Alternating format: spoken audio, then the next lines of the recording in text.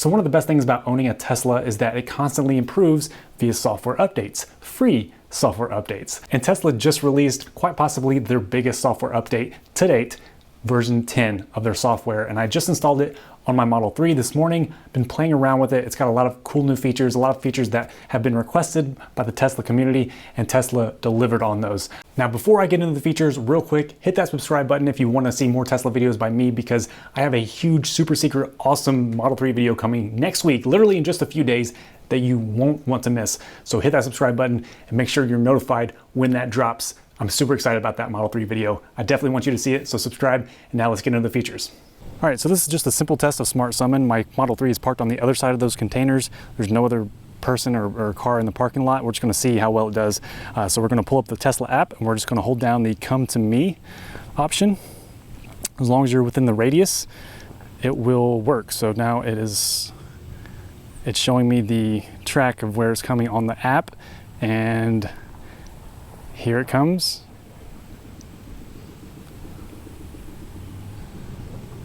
It's going 5 miles an hour, which I assume is the limit. And it will just pull right up next to me right here. See if it's, yep.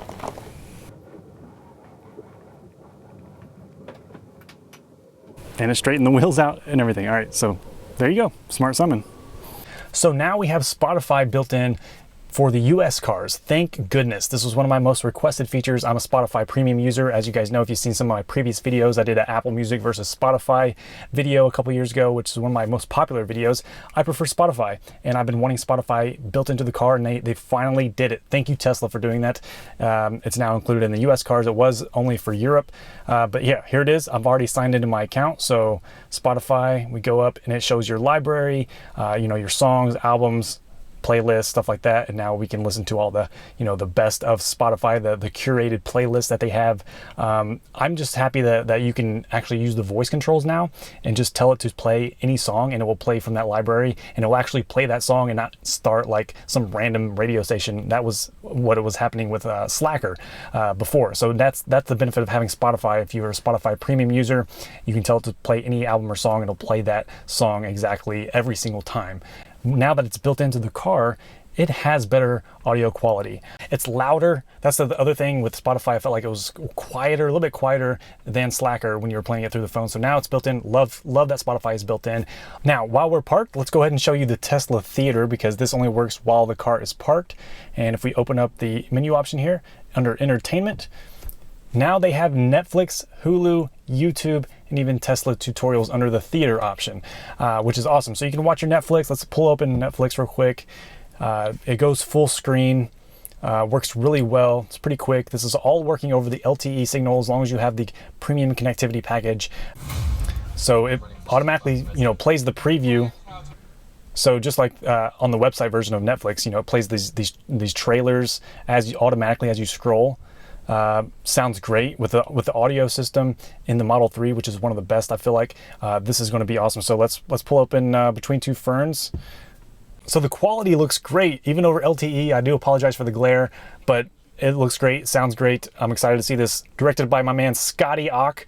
If you don't know Between Two Ferns, check it out. It's a new movie on Netflix. It's based on a pretty funny series that was popular a few years ago. So that is Netflix. Now let's get out of here. So we'll just tap it and bring up the menu, just close out, and we can go to, of course, YouTube. And maybe we can just pull up one of my videos so I don't have to worry about copyright issues. So search Andy Sly. All right, let's see what one of my videos looks like here. Okay, yeah, I mean, it looks awesome. The quality is great over LTE. So it's even better over Wi-Fi, assuming. There's no stuttering, no buffering as far as I can tell. I'm on LTE right now. I can only imagine it's better on Wi-Fi, but even on LTE right now, looks awesome. It's in HD. Yes, looks very crisp, I love it. Okay, so that's the theater. Of course, you got Hulu and then Tesla tutorials, which is nice because I think Tesla said that people visited the service center the most to learn how to use Autopilot. So hopefully they'll add, maybe it'd be cool if Tesla added like a featured Tesla YouTube video right here. Wouldn't that be cool? Maybe that's something we should tweet to Elon and Tesla. That'd be awesome. Now let's look at arcade real quick. I don't game that much on my Model 3, but Cuphead is a new game, and I'm sure it's really fun. It looks fun. I haven't played it yet, but that's a new addition to the Tesla Arcade as well in version 10. And of course, one more thing regarding music and entertainment is karaoke. So you can play some karaoke with your friends, which is fun because my wife loves karaoke, and now I have an excuse to just play in the car without having to stay up past my bedtime on Friday nights. All right, so I just put it on autopilot and pulled it up and see what it looks like here. Old Town Road. I'm gonna take my horse to the Old Town Road. I'm gonna... it's enough karaoke. I cannot sing or rap. I can rap a little bit. That's karaoke, or karaoke, I should say. It's pretty fun. I think that'll be a hit with the wife. So what's really cool is now you can remotely close your windows from the Tesla app. So under controls, you now have that window close button right there. So all of my windows are open right now in my car, and I'm going to hit this close button. So I'm going to show you the car real quick. And what's also really cool is that once they're all closed, the close button actually turns into the vent button. And if you tap vent, it actually cracks the windows in case your car is sitting out in the heat. Because I always did this with my Model 3. I didn't turn on the climate control. I always just vented the windows. So this is really cool that you can do this from the app. And last but not least, Autopilot has had improvements. We're on the highway now, so I'll put it on Autopilot. And now it will, auto lane change works a lot better. So I'm going to initiate the auto lane change, and it shows you exactly where the car's going to go, the little white spot. But yeah, so now you can kind of zoom out too and get a little bird's eye view of Autopilot as it's driving. I'm not sure when that would be useful, but I know now I'm driving on there's a barrier right here. So, but you can see oncoming traffic now when you without this barrier, if you're driving on a road without a barrier. But yeah, so I'll initiate that auto lane change again to go back into the slow lane. And now that's what it looks like. Kind of gives you a little bit better visualization of how much space you need and where the car is going to go. Now, another autopilot feature that was added that we're going to find out here right now, actually, previously when you have autopilot enabled and you're stuck behind a car, it would accelerate slowly. So let's see if it got quicker. It's supposed to have gotten quicker when you're behind a vehicle. So yeah, oh yeah, that's much quicker than it used to be. That's a noticeable difference in the acceleration speed when autopilot's enabled and you're behind a car and you're at a stop and the car ahead goes. The navigation also got some improvements and some updates. So when you tap the navigate button, you have these two new buttons, Hungry and Lucky. That will take you to a random nearby attraction. The Lucky button is just a random place. The Hungry button will do the same thing. Will take you to a random restaurant nearby. Another thing that's been added for the navigation is when you type in an address, it'll actually give you the distance to that address from where you are, the estimated miles. So that's really cool. And then also I think on the map now, you can tap on the destinations, locations that you find on the map that's an attraction, for example, you can tap on it, it gives you information. So here's the Muhammad Ali Center in Louisville.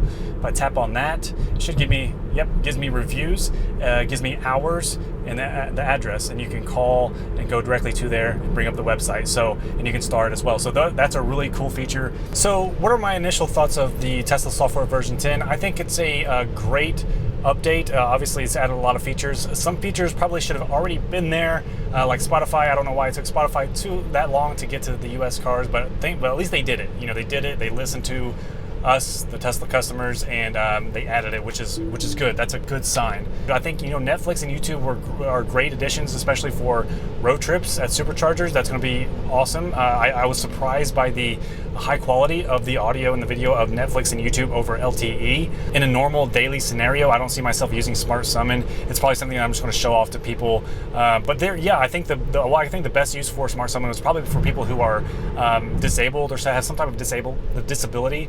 I think that's going to be good. I think Smart Summon will be useful for them. For me, I'm just, if it's pouring down rain, maybe that will probably when it's going to be mostly used. If anything, I think the Smart Summon is just a step in the right direction as far as autonomy goes. I think Tesla is doing the best as far as progressiveness. They're pushing the limit, and they're doing all this by releasing it through a free software update to all their owners and their customers, which is awesome. And that is the biggest and best thing to take away from this, is that Tesla is really leading the way in all of this, and they're doing it the right way through software updates, and they're constantly improving and listening back to their owners and customers. So thank you, Tesla, for doing this, for keeping our cars the best on the market years after we buy them. Thank you for that.